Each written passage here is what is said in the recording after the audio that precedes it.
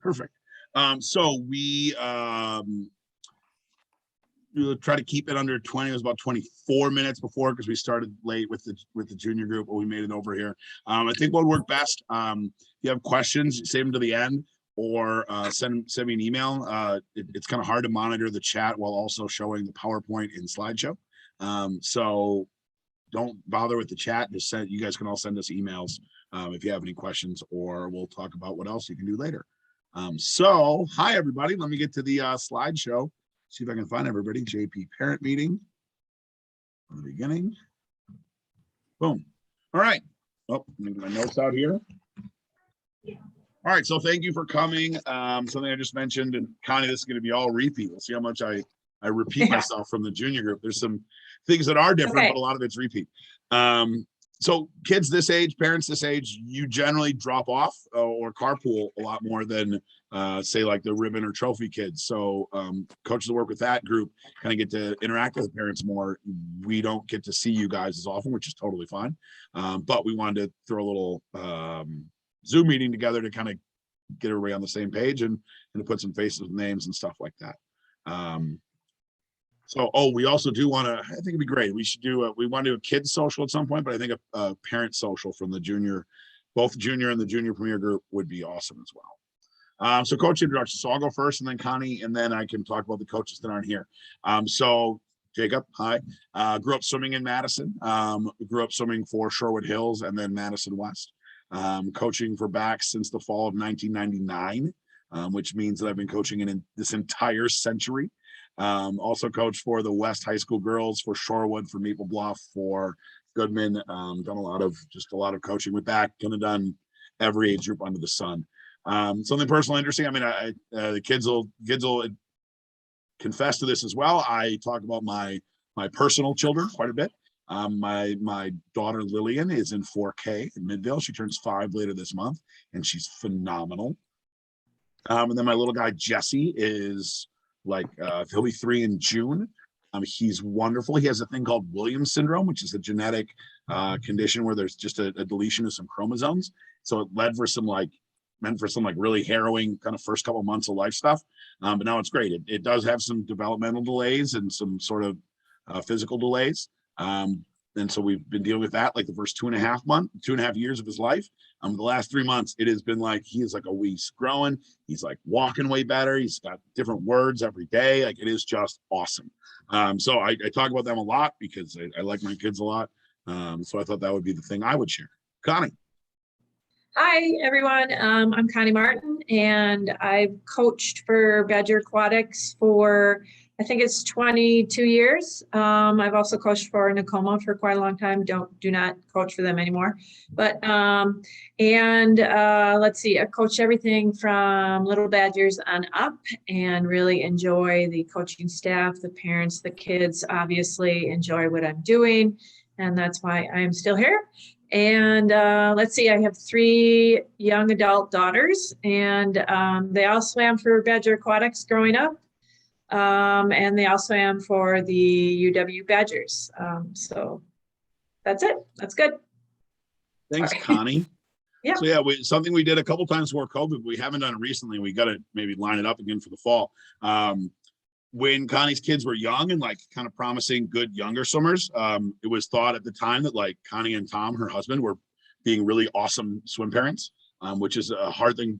Being a sport parent is hard, and being a sport parent when your kids are pretty good is I think harder in a lot of ways. Connie, we thought, man, Connie's a really good sport parent, and then all 3 of her kids kept getting better and swam for UW, and Ivy swam for the national team and like would compete internationally. Connie, do you know who bought Ivy her first beer ever? Yeah, it was actually on her 21st birthday in Australia, and it was Michael Phelps. Isn't that a great story? Like, yeah, so like Connie and Tom are phenomenal. Connie and Tom are phenomenal swim parents. And so Connie has a great perspective on that. Also with the group, probably the most regular person with the junior premier group. Oh, I guess Marin, it doesn't going to help with junior much, but junior premier, she's going to help a little bit more, especially Tuesdays and those Thursdays. Schwabi's going to help quite a bit. Emily Schwabi, who's coached for back quite a bit, also coaches the Edgewood High School girls and has coached Nakoma and Shorewood and a bunch of other stuff. She grew up in Waukesha. She's got a great perspective because she was a phenomenal 12-year-old and then stayed really good, but like, national ranking wise, like peaked at 12. I mean, she's like the second best breaststroker in the country. And then she was only like 22nd best at 14, right? But then swam at LSU and swam at UW and was a really high level senior swimmer and Olympic trial qualifier and had some really good perspective on that as well. And now she didn't coach this fall because she was really busy with school stuff. She's learning to be, she's studying to become a sports psychologist. So she brings some really great sort of perspective to our discussions on what we should be doing or how we should be interacting with certain athletes, stuff like that. Andrew Hall is going to help Connie a lot with the DRYLAND, especially on Mondays. We'll see him. He's a young guy. He's a freshman at UW from Milwaukee, and was a good swimmer. The thing we shared with him, we'll send a mass email, but like I think later this week, Connie said he's gonna be on that, if you've seen the promos, the Judge Steve Harvey show. Believe it or not, he got invited on with one of his knucklehead friends, and they're on there yelling at each other or something like that. So that should be really interesting. Chris is going to help out 1 or 2 days a week with the junior premier kids. Derek might help out on Tuesdays with the junior premier kids. So there'll be a rotating cast of coaches on weekends. So it's great. One of the things, strengths of back, I've always felt is our coaching. We have people like us, Connie and I, that have been around for a really, really long time and have a lot of experience. And then we have some younger people like Andrew, and Chris is sort of middle-aged, Schwabi's sort of not middle-aged, but, coaching 5-10 years rather than 1 or 2. So we have people all over the spectrum. So great week 1, lots of great energy. We design our programming so that there is that like nearly month-long break for some of us in March, and that's awesome. The idea is, and it played out perfectly this week, the idea is that when then that break is over, coaches, kids, everybody comes back energized and ready to go for a spring session. And that was very evident this week. Kids coming in, giving each other hugs, just happy to be there, so excited, all that stuff. Some of us boys, we will work on challenging that energy a little bit better in both DRYLAND and in listening in the pool. Great attendance this week as well. I slapped this on there. This is sort of the attendance. There are a couple people that have a lot of white, not there, green there. A couple people that have a lot of white for one excused reason or another. But generally, like, there's 6 practices. I would say there's certainly more 5s than 2s and a lot more 4s than 3s. So if we can continue to have that 4 or 5 times a week as the group norm, as opposed to 2 or 3, that's going to be right in line with the expectations for the group, and it's going to lead to a really productive spring. Basic schedule: Monday is 2.5 or 2 and 15, 2 hour 15-minute practice, as it includes DRYLAND. Tuesday and Wednesday, nothing really super special or notable about those. Thursday does include DRYLAND. Thursday, the practice will be led. Marin's typically going to be there, but the practice will be led by the senior coaches. This was something we wanted to do this winter and didn't get it. Just didn't line up with the schedule as well as we wanted. But the idea is that maybe not every junior premier swimmer, and we'll talk about paths versus tracks later, but a lot of us are, with the idea of transitioning to the senior group in next season or the season after that, or 2 years from now, whenever it might be. So we want a little more continuity to get the senior coaches to get to know the kids to know the senior coaches. And we're going to be working a lot with like us talking to them, like, what did you do with the kids on Thursday? What did you see? To know that they're getting ready to move into that group. Friday, there's 2 options because that 5:15 is too early for some people. Split gender on Saturday was really fun, kind of an enjoyment. And so that's the basic schedule. Upcoming changes: once Shorewood Pool is full, and they think it'll be full mid-May, but you can never commit to it at this point in the season. We'll have some opportunity to get outside, and this is a group that would likely get some outside practice opportunity to start in with some long course meter training. So we might have some changes there. But typically in the spring, there's less changes than there is in the fall and winter. Communication: we send out mass emails. We'll send one we'll talk about summer schedule later, but we'll send a mass email about summer sometime this week. Whenever we send a big mass email, we sent one out about meets last week. We kind of archive it also on the web. We send the weekly group emails sometimes on Sunday. I'm more frequently on Monday because I like to just kind of start the week out with that note. So more often mine will come on Monday than Sunday. If you have questions, you guys all have my email. So those are great for things that I need to answer eventually. Text, I've sent my phone number out and I'll send it again in the next weekly email. Totally fine. No problem with text, but they're best for urgent questions, not necessarily because I don't want to get bugged. But if you send me at some random time a question about like, what event should Bobby do at a swim meet? And I'm not able to answer it at that point, I'm very well might forget about it. Whereas an email, it's archived and it's in my inbox until I file it away. This group especially, I have this note in there for junior as well, but especially for junior premier, we want to transition to the kind of kid-led communication. Doesn't mean parents can't ask questions, doesn't mean parents can't have questions or talk to coaches, of course. Same thing with the senior group. But generally, you know, the kids should be, it's very appropriate if a ribbon level kid, ribbon age kid has a question about something in practice, for them to ask mom and dad to ask the coach. At this age, it'd be much better for that's a question you had. What did your coach say? Oh, you didn't talk to him? Make sure you talk to him about it on Monday. That being said, we're always open to get communication from parents or swimmers on whatever. I should have said this to the other group. If there is like a kid emailing us, make sure they include a coach. Otherwise, it can't really respond for map reasons. So this is a age-old mantra. It's been in a lot of different coach organizations. USA Swimming had it on their website for a while, all that kind of stuff. But swimmers swim, coaches coach, and parents parent. I put a couple caveats in there because I think that just saying that statement and moving on would sound overly harsh and doesn't really talk about kind of some of the nuance to it. So I think that's very true. And I think that's very true. Years of experience doing this, the most successful swimmers, that has generally been the formula. But there's lots of overlap with that, right? Like that doesn't, swimmers swim, but they have to get there and the parents get them there and they have to swim and they have to swim the right things. And the coaches have to dictate what the right things are. There's a lot of overlap between those, right? They're not separate circles. It's very much an overlapping Venn diagram. Different areas of expertise. I hope no one would be offended if, Connie and I just talked about, we've been coaching 20 plus years. If we suggest that we maybe know a little bit more about swimming than the average junior premier parent, hopefully that's not offensive. Similarly, I wouldn't be offended if you tell me that you know your kid better than me, right? We have different areas of expertise on how this works. And the last point is the basic one, like we all have to work together, right? You know your kids better than we know your kids. We know swimming better than you do. But if you tell me like this is what works for my kid, or this doesn't work for my kid, or this kind of motivation, or this is going to make them shut down, or this is going to make them prosper, or this is how they like to be talked to, or I would be foolish to not listen to that, right? That's going to help me in my coaching. That's going to add to my swim expertise and allow me to adjust it for your child. So these are the roles, but we all have to work together. You can make 1,000 analogies for, different sports teams, offense, defense, special teams, but we all understand that these are roles that we all work together. So always ask, but please don't assume. This is if a kid comes home with something that they're not happy with that happened in practice, right? The story I told the junior group was my mom taught kindergarten for 36 years in Wanakee.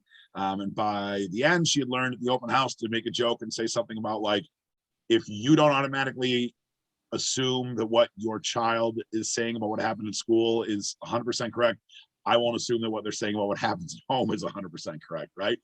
And so there's the idea that like we're never going to say anything intentionally mean to like upset your child, but things get lost in translation sometimes. I've found that 9 times out of 10, more than 9 times out of 10, if there's something that happened that upset a kid at practice, it's from a misunderstanding or a miscommunication rather than a coach lost a temper or was a jerk or whatever it might be. The example I gave the junior group was I was talking to a swimmer, and my point that I was trying to make, and I got there eventually, I think, was that they're a good enough swimmer right now that they're going to be good enough. We were talking about summer swim and rec league summer swim.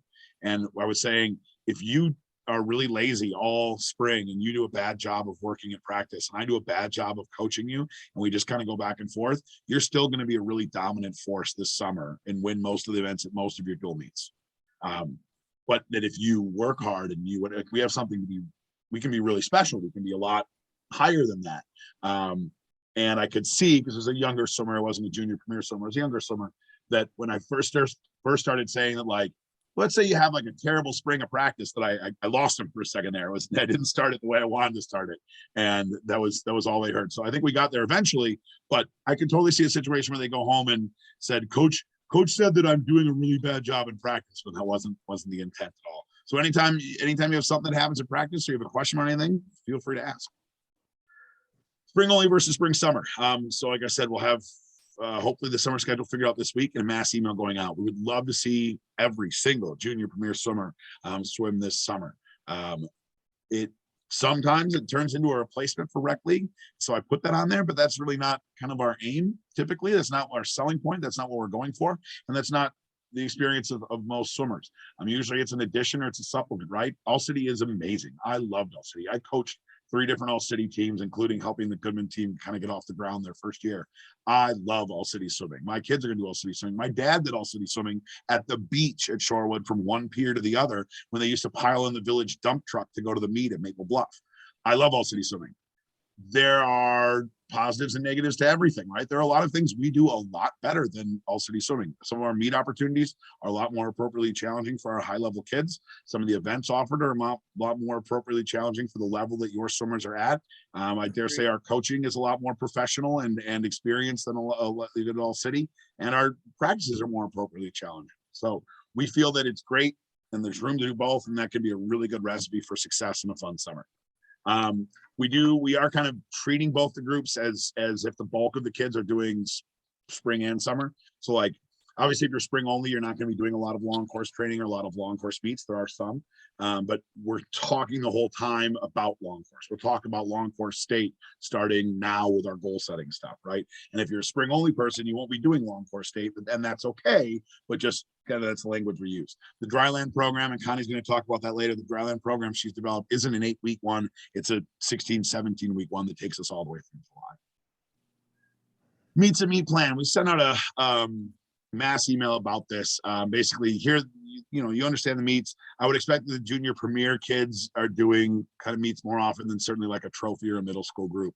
So hopefully you guys, I would love to see every junior premier swimmer at one of those first 2 long course meets. May open, and then the summer ones. Those are some really fun meet opportunities, including the Pattinger meet, and these are opportunities you can't do unless you're signed up with us for the summer. Group goals and philosophy. So within the junior premier group, we want to continue to foster the enjoyment and love of the sport while helping transition swimmers from an age group to a senior mentality.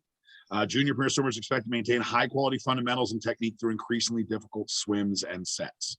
And that's the whole thing there, right? Like being able to execute proper technique and skills while training, right? And it's one thing to do that when you're doing 10 100s on 2 minutes. It's harder on 150, harder on 140, harder on 130, harder on 120. It's harder when it's 10 200s. That's the expectation of junior premier is to keep reinforcing those techniques and those good habits, but having increasingly difficult sets and practices. Acronym there, so fundamentals and technique. Acronym there is thing of the day of the week. It's a different theme every week. Week 1 was just basic push-offs and underwater kicks. So we did 5 to 10 minutes of that every day. This week we'll do 5 to 10 minutes of stuff every single day on working on turns. Something we're trying this spring is to kind of just have 3 like kind of main drills or core drills for each stroke that we kind of hammer home and that the kids are hopefully going to be really good at within the next couple of weeks, so that they have, if in a set is 100 free and then 100 IM drill and then 100 kick, they have some drills they can access rather than just the same old, and they're just slopping their way through it. Mindful takes us into the next thing: mindful swimming versus plodding and slopping along. That can be a huge difference at this age, right? These kids they do have the capacity at this age and this level for some really good training, but if we're just slopping along with terrible stroke, that can be really limiting for what they can do when they're 15, 16, 17. Near daily work on underwater kick, and then technique incorporated into sets. Training or a step up age-wise from junior. Typically, we're a little bit older than the junior swimmers. We're more committed than maybe some of the same age middle school swimmers. The older you get, the more it's about training and sets rather than just sort of technique and a talent or ability or all those kind of nebulous, hard to measure things. We got to get the technique over the longer and harder sets and lots of kicks, especially at the beginning of the season. We'll be doing a lot of kick. Super essential for long course, but really there's hardly anybody out there that's a phenomenal kicker and a really bad swimmer. And there aren't any really good swimmers that are bad kickers. Training thing of the day of the week again, because we incorporate that into our training as well. Just, we're not going to spend 5 minutes working on push-offs and then let them do whatever they want when we get to a set. Same thing with near daily underwater kick. This group, even more so than junior, will incorporate those habits and skills into sets. We do a time 100 kick, and then we do some pace sets off of that. This is great because it's an individualized thing. If your time 100 kick is 120, you might try to go 40 seconds for the 50s that we do the next day. If it's 140, you might try to go 50 seconds. So everybody has their sort of individualized goal. So it's not us throwing out random numbers and saying, hey, Susie, I bet you can go this time. It's, hey, you got to go based on what you've done. Here's what you got to do. We also do that with, sort of aerobic threshold. How many 100s free can you do on, or can you do 8 100s free on 130, or can you do on 125 or 135, stuff like that. You can't train unless you're able to manage intervals. It gets more important the older you get, because the intervals get physically harder, but like harder isn't like trickier, as in like less natural, right? Like 135 is a really hard thing to do on the clock. And awareness of time, this gets way more important for junior premier. I think that would be maybe one of the bigger, besides obviously doing more, that's one of the bigger skills from junior premier to junior, is like, don't give me hard effort on that third 100. Give me a hard effort and then tell me you went 108, rather than just, oh no. Purposeful swimming for drilling and stroke. And for junior premier, here's another big difference. We do more training for events, and some more high level sets. There's more focus on that kind of stuff. Training issues. I put in issues because these really aren't. Like being late. If you're late and you're coming in, because especially those of you that are coming from other activities, it would be foolish of me and so self-defeating to like yell at your kid that they're coming in late when what they're doing is trying to figure out a way to do soccer and swim because they love them both. If you got to be 15 minutes late every Tuesday, that's fine. Now, if you're coming in, it takes you 15 minutes to get in, that's when I'm gonna yell at the kid. Or if they're coming in and disruptive, I might have a conversation with the kid. But being late in and of itself, not a big problem. I mean, obviously try to be on time, but if it's an unavoidable thing, who cares? Acute injuries, we do have some kids that, can't do X, Y, or Z, or have to limit A, B, or C. No problem. We can adjust every workout we do for that. Those are chronic injuries. The acute injuries, like, hey, I tweaked my ankle the other day playing soccer, or, whatever. We can adjust those as well, as can we for the chronic injuries. Miscellaneous stuff. And there's a lot of other kind of health and well-being stuff that happens with these kids, right? I mean, I don't want to say we've seen it all, because every year there's something new, but we've seen a lot. We've seen a lot of, mental health issues, or just, anxiety, or vocal cord dysfunction, or asthma, or 1,000 things. A kid asked the other day, they were waiting and waiting for me, and they were asking, can I get my inhaler? If next time, don't wait for me to look your way and give you approval. If you need your inhaler, get your inhaler. So we don't have any, we can adjust with all of these things. I was listening to a podcast the other day with a coach from down in Texas, a guy named Jared Murphy, who's now a coach, or now in Texas, but was a back coach for a number of years in the mid 2000s. And he's got a really successful group, very much like this group in age. And he was talking about, like, we're allowed to have an off day.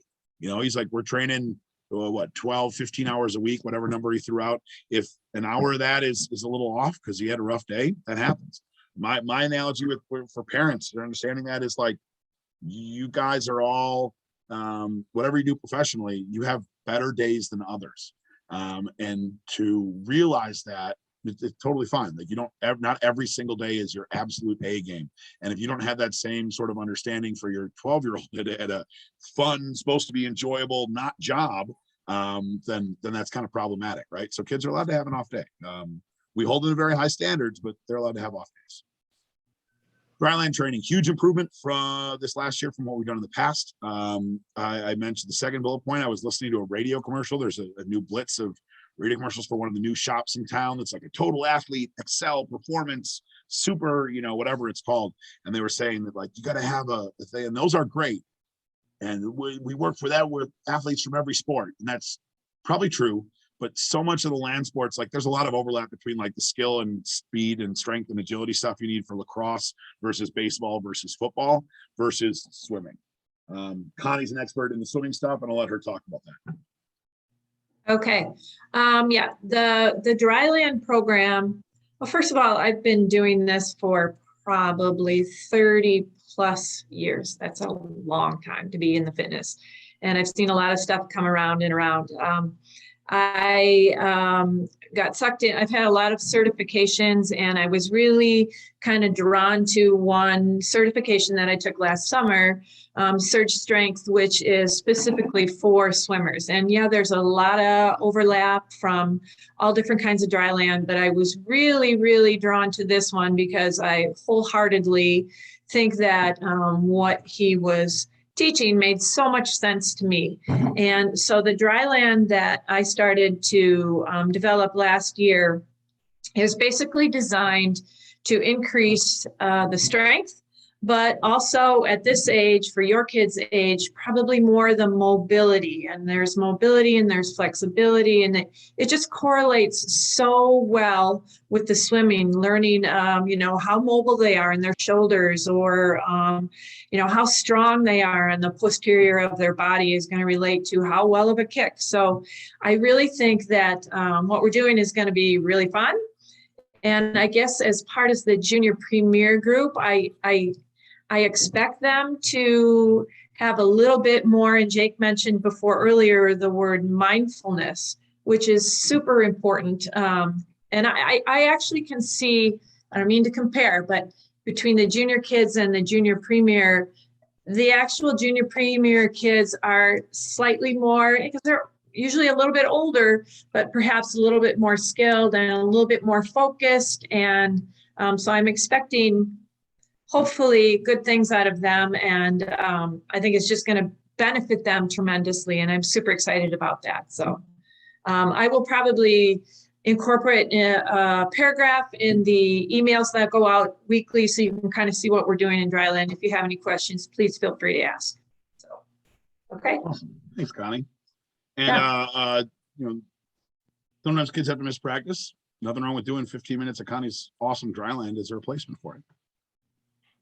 All right. Hold on. Why is it not advancing? There we go. All right. So team and group philosophy, 3 kind of core elements. These are back, general to back, but also specific to these groups. Some progressive and incremental improvement, train as IMers and race everything, work hard and have fun. There's a lot of ways to improve. We can improve our 100 kick. We can improve the training interval we have. We can go the same time in our 100 free, but do it with better underwaters, or do it with less strokes. We can go a worse time at execute the stroke and the technique differently than we ever did before, and in a way that we and the coaches think will be better on the long run. So there's a lot of ways to improve. Avoid the plateau. I put plateau in quotes. I just don't know how applicable it is, a term for this age group, right? I get it that when you're 12 and you don't go best time in your 2 or 3 favorite races for like 2 whole months, that it feels like you've stalled out. That's a blip. That's not a plateau. That's reality, right? Like there is not a single swimmer ever in the history that went like boop, boop, boop, boop, boop, boop, boop, and got faster every single time they did a race. It just does not happen. Similar to the analogy for parents doing a job, you guys are all better at the job than when you first started, but you didn't get incrementally better every single day with no plateaus or dips or anything else. Junior Premier, we deal with some hard jumps. I've been looking at some of the numbers. The easiest, so percentage wise, if you look at the number of kids that participated at state versus the number of kids currently registered in the state of Wisconsin, 12-year-old girls had the easiest time making state cuts. No shade on any of you that are 12, that were 12 this season and got state cuts or anything like that. It's a great accomplishment. It's just an accomplishment that was like 34% of the LSC got. By comparison, 13-year-old girls, 12.7%. It is a massive jump in the times, and it is a massive jump in the percentage of the kids that make it. Now, I think by next short course state, I hope we've resolved some of that. They're actually meeting right now to talk about some of this stuff, and I'm on this meeting instead. But that's hard, right? It's a hard jump from 11, 12 to 13, 14. And it can take a minute to get those cuts. There are very few 12-year-olds. I bet there was an event that somebody won this year where they didn't go the 13, 14 cut. It certainly happened last summer.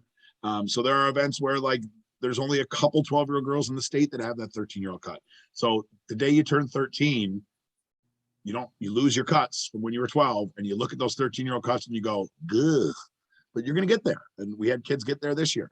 59 girls in the whole state, age 13 in the state meet, 10 of them from back, over a 1/6 of the whole meet. That was phenomenal. You're never going to beat her. That's a whole group. We got a whole group of girls that are phenomenal swimmers. They're all exiting college right now. But when they were younger, there was kind of a group of three that were kind of our main best three kids. And these two at 10 were really good, and this girl wasn't. And I remember very clearly, I can picture myself lane 8 at Shorewood, trophy evening practice. She's saying, I'm never going to be able to beat these two. These two stayed really good, and they swam at Illinois and they swam at Brown, but this girl got better than all of them and swam at Kentucky.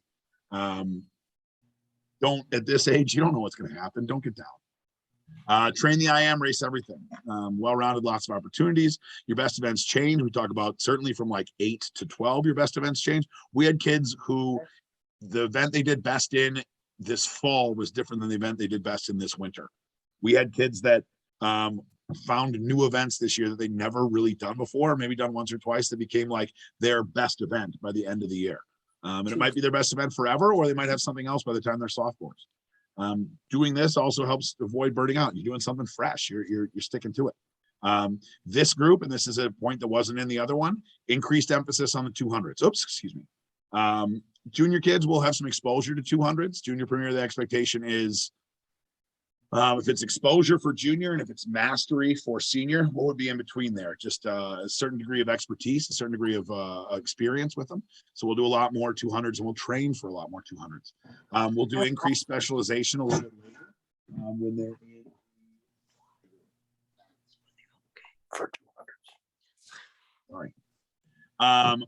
Work hard and have fun. Strike a balance between the two. Youth sports is supposed to be about enjoyment and learning, and swimming fast is fun. That's a quote from a coach we had a number of years ago with us that was overall, in my opinion, maybe a little overly intense.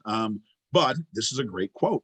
Hey, we're going to do something fun today. Yeah, we're going to swim fast. Swimming fast is fun. Setting hard goals and achieving them and attending these high level meets and doing something you never thought you'd be able to do, or winning a race, like all that stuff is fun. We can also play some games. We can also play some music. We can also like do like a big fun relay at the end, but like ultimately, like reaching your goals is really fun, and swimming fast is fun. Coaching philosophy, I talked a lot about a lot of this stuff already, and you know, we already kind of gone over time because of course we did. Of course I did.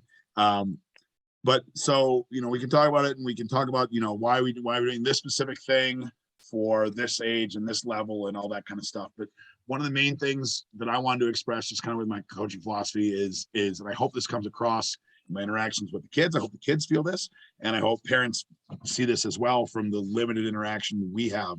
But like, I love this, right? Like, I am very passionate about this. I love these kids. I love doing this job. I mentioned my 2 little kids. This isn't always the best job for a guy with 2 little kids and or you know, my wife really, she's upstairs putting the kids to bed right now, right? And I'm not helping because I'm doing this. But I just love it. I tell the kids I love them a lot. Usually it's before I yell at them, like, I love you guys, but that was terrible. None of you made that interval or something like that. There are going to be a half dozen races a year that make me choke up and get a little bit emotional. They're not always like the, you know, oh, state champ, I can't believe we won that relay. No, it's like the, you know, it's all sorts of stuff. It's the girl that got her first state cut after going through a really hard year or whatever it is. So yeah, I'm passionate about this. I love it. I love the kids. I love this job.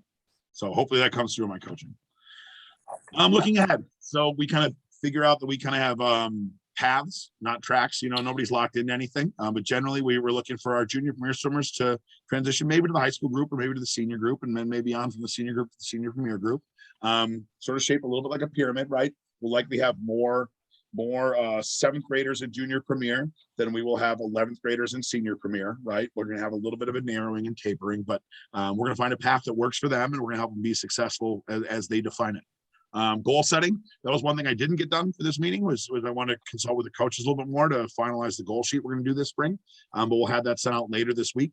But the kids can fill that out, and also kids, feel free to set goals internally, like, right? Like if there's a goal you have that doesn't fit onto the goal sheet we develop, but it's something you want to do, you know, like, great, that's awesome, great to hear.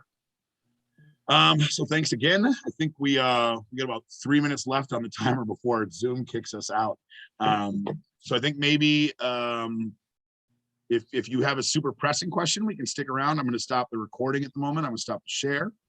I'm going to stop the recording. Thank you again, though, for taking the time. Where is it out there?